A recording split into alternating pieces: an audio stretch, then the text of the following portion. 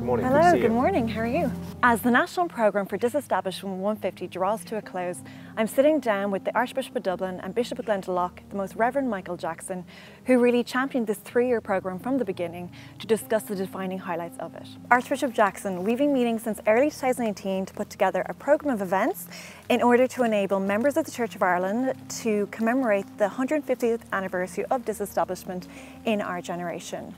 And as we've marked this commemoration, we have used the word commemoration rather than celebration. So can you tell me in your own words, from your own perspective, the distinction between commemoration and celebration?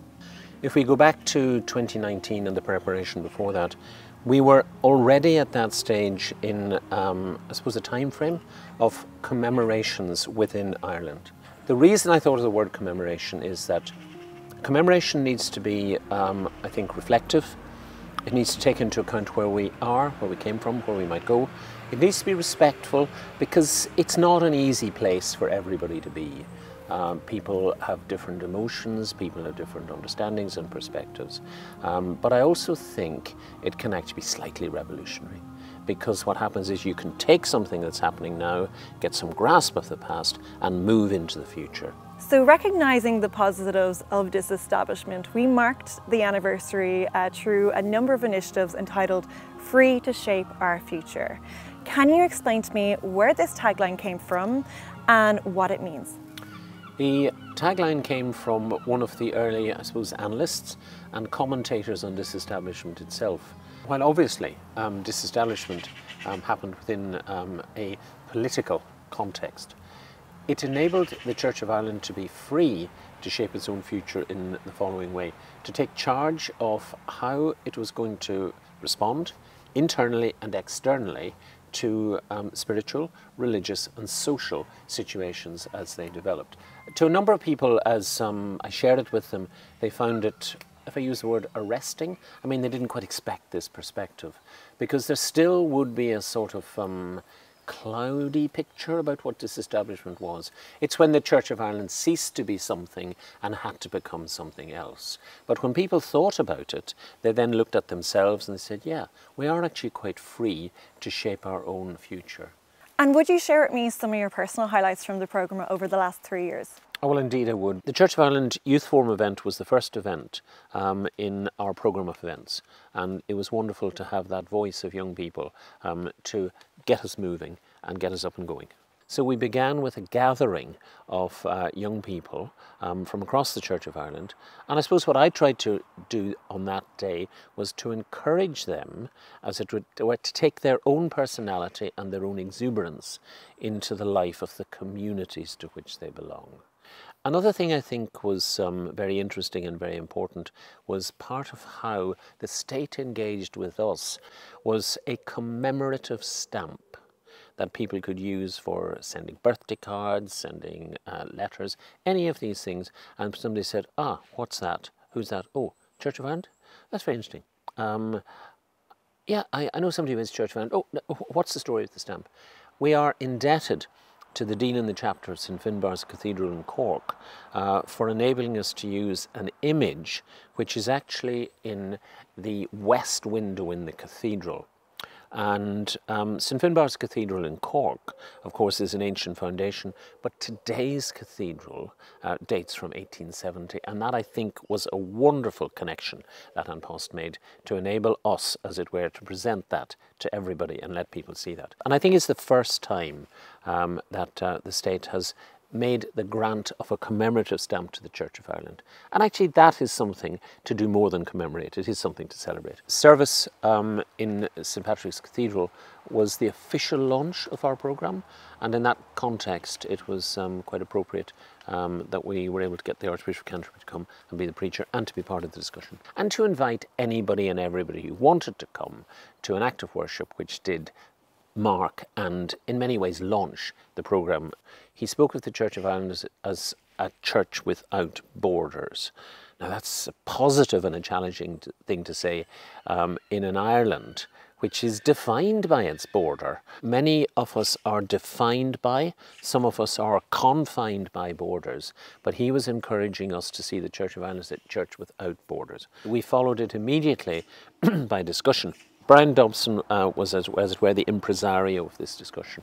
Not only did we have Justin Welby, but we had other people who could offer, as it were, critical reflections on Ireland and life in Ireland. Mary McAleese, former president, Ida Milne, who not only is authoritative in writing about Protestants in Ireland, but actually is very authoritative, as we found out recently, in writing about pandemics. And David McWilliams, who is an economic analyst and at the same time dreams dreams on paper. And we all look forward to that sort of experience. But I'd like to know what was a highlight or more for you. My personal highlight was the Church of Ireland's partnership with the Royal Irish Academy on its conference Disestablishment and Beyond. Not only did this expertly examine the concept itself of disestablishment, but it considered the consequences of the first 100 years and then the challenges of the latter 50. It was an absolute privilege to collaborate with the Academy and some of Ireland's world-class researchers and historians to understand this social, political and historical event. And the response from the public itself to this sold-out event was also extremely positive and encouraging. We sought to build a countrywide programme and encouraged individual dioceses to contribute to this national programme. And there were some wonderful contributions across the Church of Ireland. Would you mind sharing with me some of your defining highlights of these? Any national programme or any central programme really needs local initiatives to happen as well, so that the two work and hold together. So a couple of these highlights, I suppose, would be the following. Most of the bishops of the Church of Ireland would have made mention of disestablishment in the addresses that they would have had to their diocesan synods. The other thing is that in some of the cathedrals there were specific events of worship. For example, in St Patrick's Cathedral in Armagh, cleverly and I think ingeniously, the Dean and the Archbishop invited a bishop from the church in Wales to preach at such a service. The church in Wales, of course, also itself being disestablished. The Bishop of Cork himself worked with two retired colleagues and with pupils in 3 schools, one of them being Ashton, one of them being Middleton and the other being Bandon Grammar, to, as it were, restage the reading of the preamble and declaration by Bishop Gregg when it happened for the first time in 1870. Now, I think that was a very imaginative event because it brought history to life. Another thing that happened was in the Diocese of Cashel, where it so happens there seemed to be 150 churches. So the Bishop of Cashel decided that what he'd like to do is to say something in each church about each year of the 150 years of disestablished life. Now, by that stage, of course, COVID had really hit and bitten in our society. So actually that was done completely online. It became instantly available to people everywhere. So it lost none of its impact. It just did it differently. So as the national programme draws to a close, what continuing opportunities does it offer? Well, I think the first thing it does is that 150 years on, the Church of Ireland had the confidence to share its history, to show that its origin is not the same as it is today, but it's happy to let people hear that, to question it and to see what they make of it. The other thing is that the national recognition which was given to the Church of Ireland as an entity, particularly through the stamp, actually gives us, I hope, a sense of confidence in who we are. And we don't need always to look after our shoulder. Whatever our size, whatever our footfall, wherever our location, there is no need to hide, but actually you can actually now begin maybe to move from commemoration towards celebration. Archbishop Jackson, thank you so much for meeting with me today. It was a pleasure to talk to you about all things Disestablishment 150, and it was also a privilege to work with you on this 3-year national programme. Well, Caoimhe, for my part, I'd like to thank you because working with you has always been positive, it's always been straightforward, and it's always been well put together.